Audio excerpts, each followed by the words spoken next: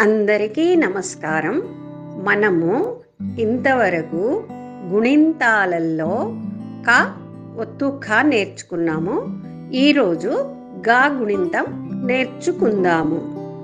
గాకు తలకట్టిస్తే గా, గాకు దీర్ఘమిస్తే గా, గాకు గుడిస్తే గీ, గాకు గుడి దీర్ఘమిస్తే గీ, గాకు కొమ్మిస్తే గు, గాకు కొమ్ము దీర్ఘమిస్తే గు, గాకు రూత్వమిస్తే గృ, గాకు రూత్వన దీర్ఘమిస్తే గృ, గాకు ఏత్వమిస్తే గే, గాకు ఏత్వన దీర్ఘమిస్తే గే, గాకు ఐత్వమిస్తే గై, గాకు ఓత్వమిస్తే గో, గాకు ఓత్వన దీర్ఘమిస్తే గో, గాకు అవత్వమిస్తే గౌ, గాకు సున్నా పెడితే గం, గాకు 2 సున్నాలు పెడితే గహ.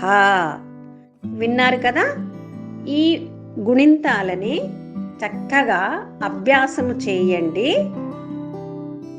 ఇంకా ఏమిటంటే, ఎవరైనా ఆన్లైన్లో తెలుగు నేర్చుకోవాలి అనుకుంటే స్క్రీన్ మీద కనిపిస్తున్న నెంబర్కు కాల్ చెయ్యగలరు.